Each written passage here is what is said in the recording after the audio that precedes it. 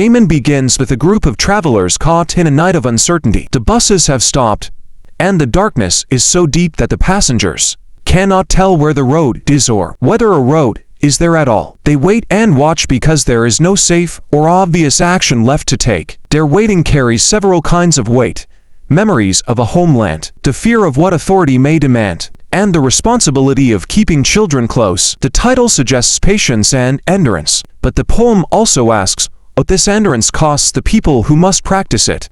The darkness in the poem is not only a description of night, it represents the loss of direction and trust. When the travelers cannot see where the road begins or ends, they also cannot be certain about the rules governing their movement or the safety of the next step. Waiting becomes the only visible action, yet waiting is not peaceful. It is filled with listening, watching, and measuring danger. The uncertain landscape reflects a deeper experience of displacement, in which people move through a world that no longer offers a reliable path. As the travelers remain in darkness, memory brings back an image of home.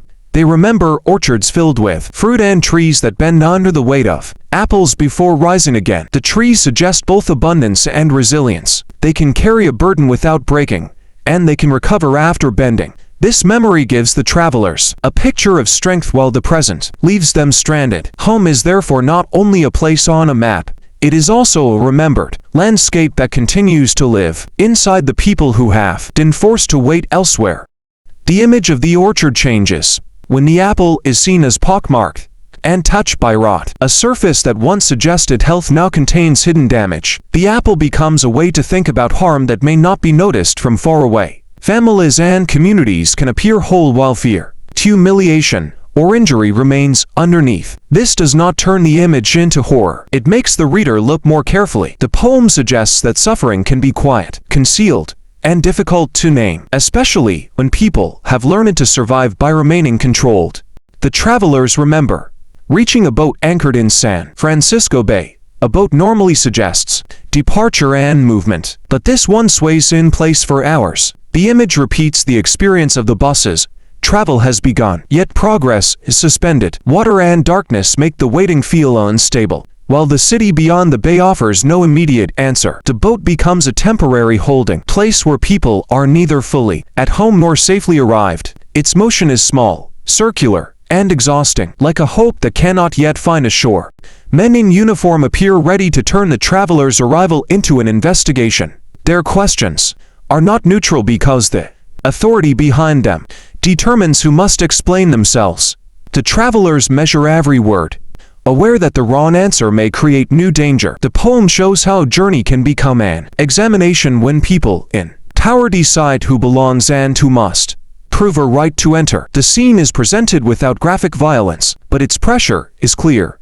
Control can operate through questions, silence, paperwork, and the demand for an acceptable reason. The children press close to the adults with their small backpacks, and their presence changes every decision. The adults are no longer thinking only about their own dignity or safety. They must also decide what to explain, what to hide, and how to keep the children from carrying the full weight of the moment. They promise to teach the children to forgive other people's fears, an act that sounds generous, but also reveals how much pain may be ahead. The poem does not pretend that forgiveness removes harm. It shows the difficult hope of protecting children without teaching them to become cruel. The travelers understand that an approaching insult may settle in their throats and keep them silent. Silence can be a survival strategy, and speaking might increase danger, but it can also become difficult for children to understand later. The adults worrying that their children may read the silence as weakness or shame, instead of recognizing the courage it requires.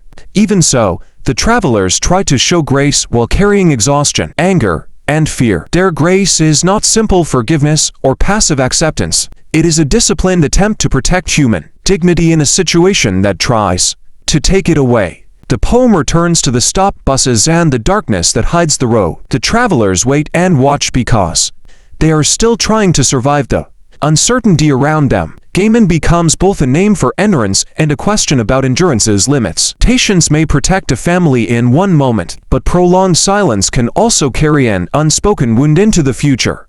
The ending remains unresolved, inviting readers to think about displacement, memory, authority, and the children who inherit what adults were forced to hide. The night does not erase hope. That hope appears as careful attention to what comes next.